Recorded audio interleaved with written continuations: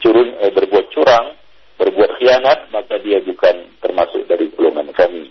Nah, demikian ikhwan fillah rahimani wa rahimakumullah jami'an. Baik.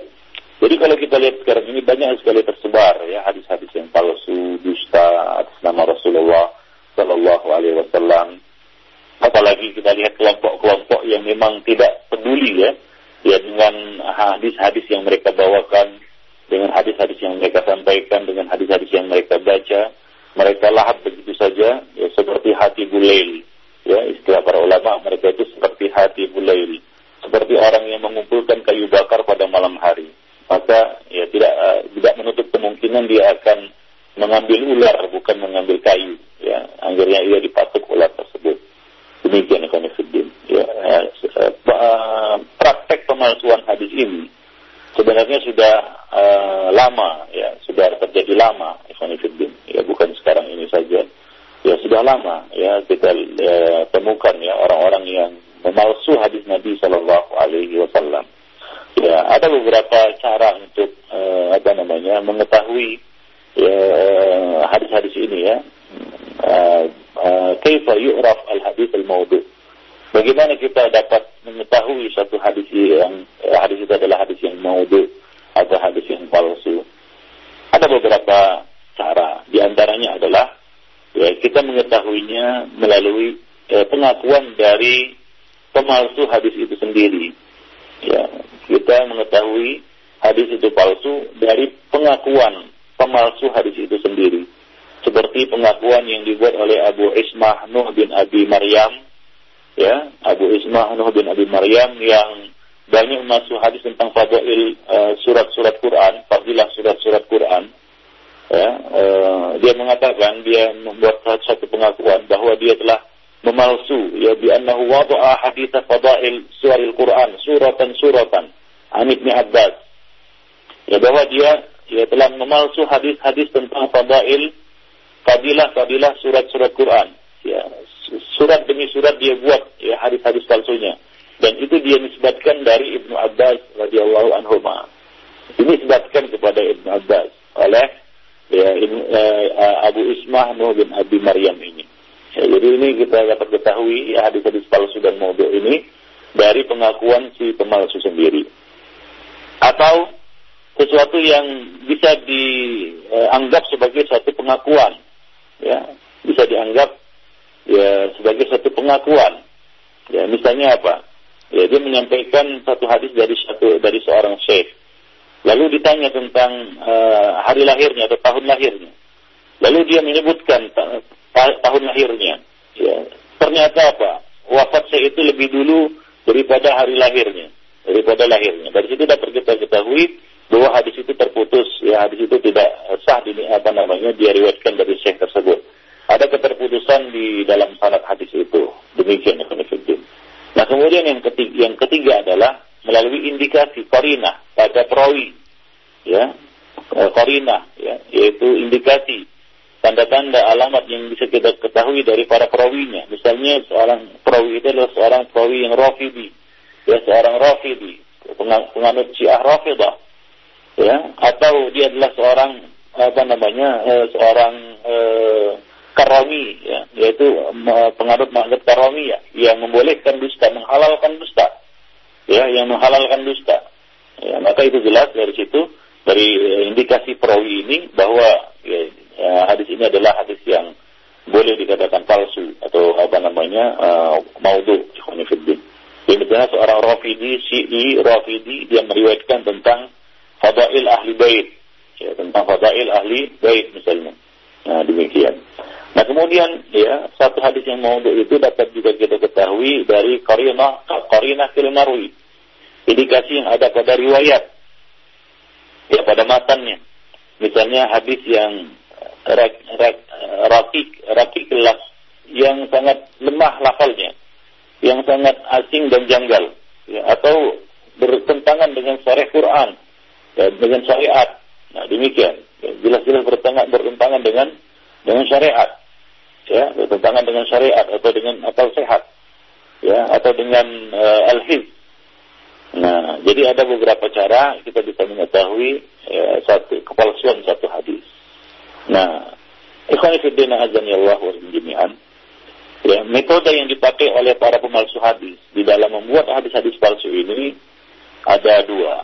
Yang pertama, dia membuat satu kata-kata atau kalimat tersendiri ya dari dirinya sendiri, lalu dia mematang sanad ya untuk hadis itu atau untuk matan itu atau untuk perkataan itu. Atau dia mengambil perkataan sebagian hukama ya ahli hikmah, lalu dia nisbatkan itu kepada Nabi sallallahu alaihi wasallam. Ya, dia nisbatkan itu kepada Nabi sallallahu alaihi wasallam. Misalnya hadis yang sangat populer ya, utlubul ilm walau bisin. Tuntutlah ilmu sampai ke negeri Cina. Ini hadis lemah sekali, dhaif jiddan. Di dalamnya ada perawi yang majhul dan lemah.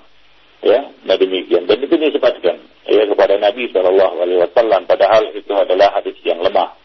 Ya, nah demikian. Kadang-kadang ada sebagian perkataan ahli hikmah yang itu dinisbatkan kepada Rasulullah sallallahu alaihi wasallam. Ikhwani fiddin, rahimani wa rahimakumullah jami'an. Baik. Nah, di sana ada beberapa motivasi yang mendorong orang-orang untuk memalsu hadis Nabi. Ya. Di antara motivasi itu adalah at-taqarrub ila Allah, ingin mendekatkan diri kepada Allah. Ya, tapi ya dengan hadis-hadis yang lemah untuk targhibun nas ya kepada yang baik ya dan mengancam mereka terhadap perkara-perkara yang mungkar ya, lalu menggunakan hadis-hadis lemah sebagai alatnya. Nah demikian ikhwan fillah. Nah seperti sebagian orang atau sebagian kaum yang menisbatkan diri mereka kepada zuhud dan kesalehan, lalu membuat hadis-hadis yang palsu ya untuk memotivasi manusia ya beribadah kepada Allah Subhanahu wa taala. Nah demikian. Nah, di antara perawi yang seperti ini sifatnya adalah ya seorang yang bernama Maisarah bin Abdi Rabbi. Ya, Ibnu Hibban telah meriwayatkan di dalam kitab Ad-Du'afa dari Ibnu Mahdi yang mengatakan, ya, aku bertanya kepada Maisarah bin Abdi Rabbi ini, min aina ji'ta bi hadzal ahadits? Dari mana kamu datangkan hadis-hadis seperti ini? Ya. Man qara'a kadza wa kadza falahu kadza wa kadza, barang siapa baca ini maka dia dapat pahala ini dan ini. Ya, dari mana kamu dapat itu semua? Barang siapa baca zikir ini maka dia dapat ini. Barang siapa yang melakukan wirid ini maka dia dapat pahala sekian dan seterusnya. Dari mana kamu dapat hadis-hadis seperti itu? Maka Maisarah bin Abdi Rabbi ini mengatakan wada'tuha ya uraghibun nas. Aku sengaja memalsunya untuk mentarghib manusia. Ya, untuk mentarghib, untuk memotivasi manusia. Jadi salah satu alasan dorongan orang memalsu hadis atau serampangan di dalam meriwayatkan hadis ya adalah keinginan untuk taqarrub ila Allah Subhanahu wa taala tanpa ilmu. Ya. Bagian kelompok ada yang sangat bersemangat di dalam bab-bab fadail ya, tetapi jatuh dalam banyak sekali penyimpangan syariat, di antaranya adalah bid'ah disebabkan karena mereka beramal dengan hadis-hadis palsu dan lemah. Syalbani di dalam Ahkamul Janaiz menjelaskan bahwa salah satu penyebab manusia jatuh kepada bid'ah adalah beramal dengan hadis-hadis yang lemah. Kemudian ya di antara dorongan ya sebagian orang untuk memalsu hadis adalah untuk membela mazhabnya, untuk membela kelompoknya. Nah demikian, ya untuk membela kelompoknya, untuk membela mazhabnya. Seperti beberapa hadis yang diriwayatkan untuk membela mazhab tertentu. Ya, misalnya hadis yang dipalsu oleh penganut mazhab Hanafi yang mengatakan akan lahir ya seorang anak manusia bernama Muhammad bin Idris. Ya, fitnahnya terhadap umat manusia lebih besar daripada iblis. Nah, itu hadis yang palsu dipalsukan oleh orang-orang yang fanatik terhadap mazhab Hanafi ya untuk menjauhkan manusia dari mazhab tersebut. Nah, demikian dari mazhab Syafi'i. Nah, jadi ini merupakan satu alasan sebagian orang untuk memalsu hadis. Ya, jadi untuk membela mazhabnya. Ya, demikian. Nah, di sana ada orang yang memalsu hadis untuk ta'nu fil Islam. Ya, untuk menjelek-jelekkan Islam seperti yang dilakukan oleh kaum Zanadiqah, zindik. Ya, nah demikian. zindik yang memalsu hadis untuk menjelek-jelekkan Islam atau untuk mengaburkan ajaran Islam, ya, untuk mengaburkan ajaran Islam, untuk merusak manusia, ya, maka mereka pun membuat hadis-hadis yang lemah, ya, membuat hadis-hadis yang lemah. Nah demikian, sebagaimana yang dikatakan oleh Hamad bin Zaid, salah seorang ulama salaf, ya, bahwa wadu'atiz zanadiqah ala Rasulillah sallallahu alaihi wasallam 14,000 hadis, ya, bahwa kaum zindik, ya, telah memalsu atas nama Rasulullah sallallahu alaihi wasallam lebih kurang 14,000 hadis. 14,000 hadis dan zindik ini adalah orang-orang yang secara zahir menampakkan seolah-olah dia adalah muslim, tapi sebenarnya mereka menyembunyikan kekafiran, ya, di dalam hati mereka. Demikian. Nah, sebagai contoh adalah seorang yang bernama Abdul Karim bin Abil Auja, ya, yang dihukum mati oleh Muhammad bin Sulaiman Al-Abbasi, Amir Basrah, ya, ketika itu, ya, karena kezindikannya itu, karena karena perbuatannya itu yang suka memalsu hadis Nabi Sallallahu Alaihi Wasallam, yaitu pada tahun 190 Hijriah pada kekhalifahan Al-Mahdi, ya, waktu itu. Nah demikian. Nah ketika Muhammad bin Sulaiman Al-Abbasi Al-Amir Basrah ini ingin mengeksekusi Abdul Karim bin Abil Auja ini, dia bertanya, ya, kepada Abdul Karim bin Abil Auja ini, berapa hadis yang sudah kamu palsu? Berapa hadis yang sudah kamu palsu? Maka dia mengatakan, laqad wada'tu fikum, ya, 4,000 hadis, uharrimu fihal halal wa uhallilul haram. Aku telah memalsu, ya, di tengah-tengah kalian, artinya menyebarkan hadis palsu di tengah-tengah kalian sejumlah 4,000 hadis. 4,000 hadis itu setara dengan jumlah hadis yang ada di dalam Sahih Bukhari. Ya, Sahih Bukhari itu disebut kitab Al-Jami'. Ya, disebut kitab Al-Jami' itu karena dia merangkum semua urusan-urusan agama atau perkara-perkara din.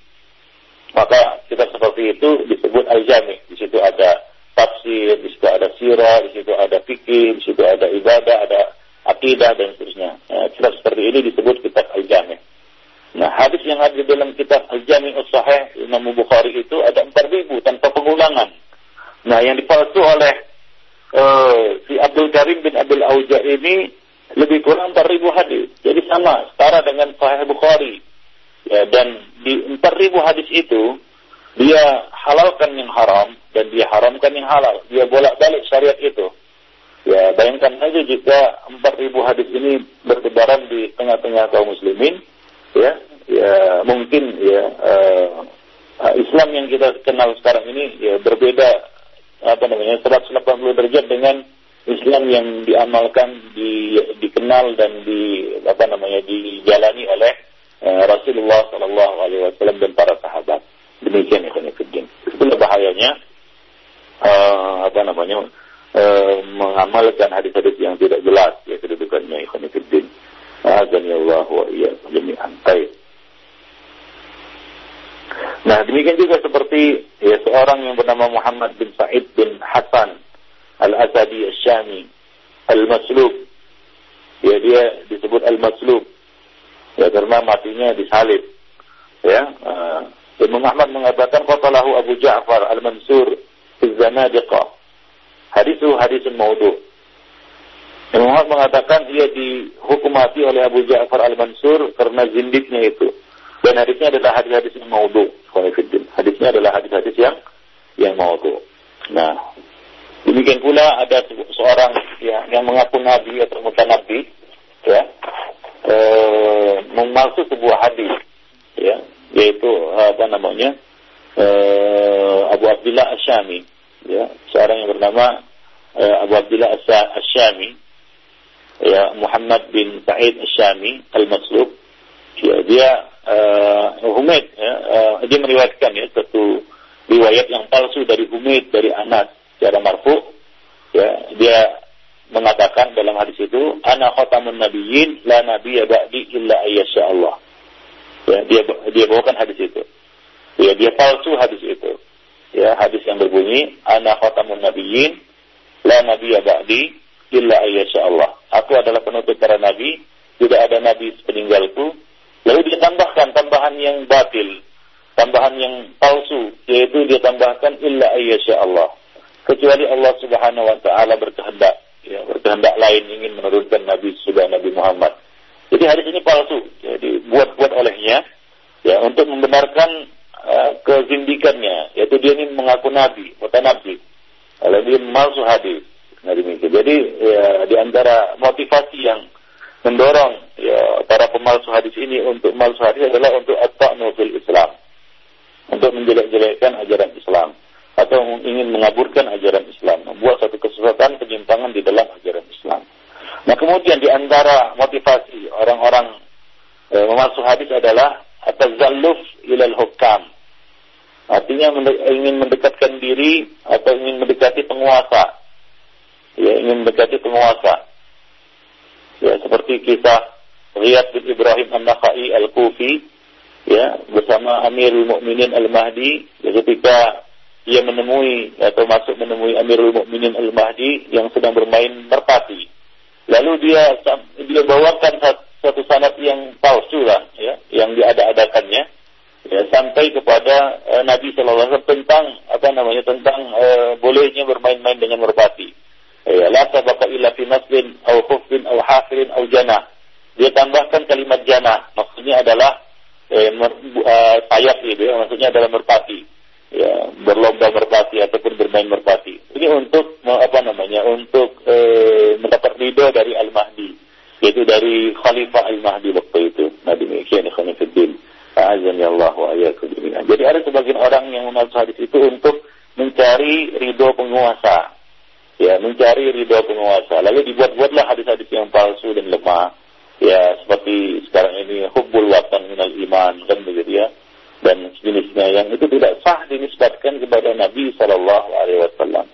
Ya, tidak sah dinisbatkan kepada Nabi sallallahu alaihi wasallam. Nah, kemudian di antara motivasi orang-orang memalsu hadis adalah untuk takatsub wa talabur rezeki, untuk mencari rezeki. Ya, untuk mencari rezeki. Untuk mencari nafkah, ya. Lalu dia buat-buatlah hadis-hadis yang lemah seperti para qissas, ya, yang memalsu hadis, ya, di dalam kisah-kisah yang mereka sampaikan untuk takatsub dan irtizaq, untuk mencari rezeki, ya, seperti yang dinukil oleh Ibnul Jauzi dengan sanad yang sahih, dengan sanad yang bagus, ya, sampai kepada Abu Ja'far bin Muhammad At-Tayali. Dia mengatakan, ya, Shalla Ahmad bin Hanbal wa Yahya bin Ma'in fi Masjidil Rassafah. Bahwa suatu ketika Ahmad bin Hanbal dan Yahya bin Ma'in salat di Masjid Ar-Rassafah. Faqa baina aydihim qasqas. Lalu berdirilah di hadapan mereka seorang qassas, ya, tukang cerita, ya. Nah, demikian. Waqal, dia mengatakan, haddatsana Ahmad bin Hanbal wa Yahya bin Ma'in. Qala haddatsana Abdul Razzaq an Ma'mar an Qatadah an Anas. Qala Rasulullah. Lalu dia membawakan sanad dari Ahmad bin Hanbal, Yahya bin Ma'in, dari Abdul Razzaq, dari Ma'mar, dari Qatadah, dari Anas, dari Nabi sallallahu alaihi wasallam. Lalu dia bercerita panjang lebar, man qala la ilaha illallah khalaqallahu min kulli kalimatin tayran min qaruhu min dhahab wa rishuhu min marjan. Dia katakan, barang siapa yang membaca la ilaha illallah, maka Allah akan menciptakan dari setiap kalimat itu ekor burung yang paruhnya itu terbuat dari emas, yang bulunya terbuat dari permata marjan. Lalu dia membawakan satu kisah yang panjang sekali, ya, hampir isri waraqah, kalau dikumpul-kumpul sampai 20 halaman. Ya, kisahnya itu dari hadis yang begitu panjang. Ini hadis mungkin terpanjang sedunia ini, sampai 20 halaman hadisnya. Ya, lalu faja'ala Ahmad bin Hanbal yanzuru ila Yahya bin Ma'in. Maka Ahmad bin Hanbal melirik kepada Yahya bin Ma'in. Demikian pula Yahya bin Ma'in melirik Ahmad bin Hanbal. Lalu bertanya kepadanya, "Hadatsahu bihadza?" Apakah engkau pernah menyampaikan hadis seperti ini? Dia mengatakan, "Wallahi ma sami'tu hadza illa sa'ah." Demi Allah, aku aja baru dengar sekarang. Ya, demikian katanya. Nah, setelah selesai dari kisah yang panjang itu, dari hadis yang super panjang tadi, akhadha al-aqiyat, dia pun mengumpulkan sedekah lah gitu ya. Dia dia edarkan kota ataupun selendangnya, dia pun mengumpulkan bayaran lah gitu.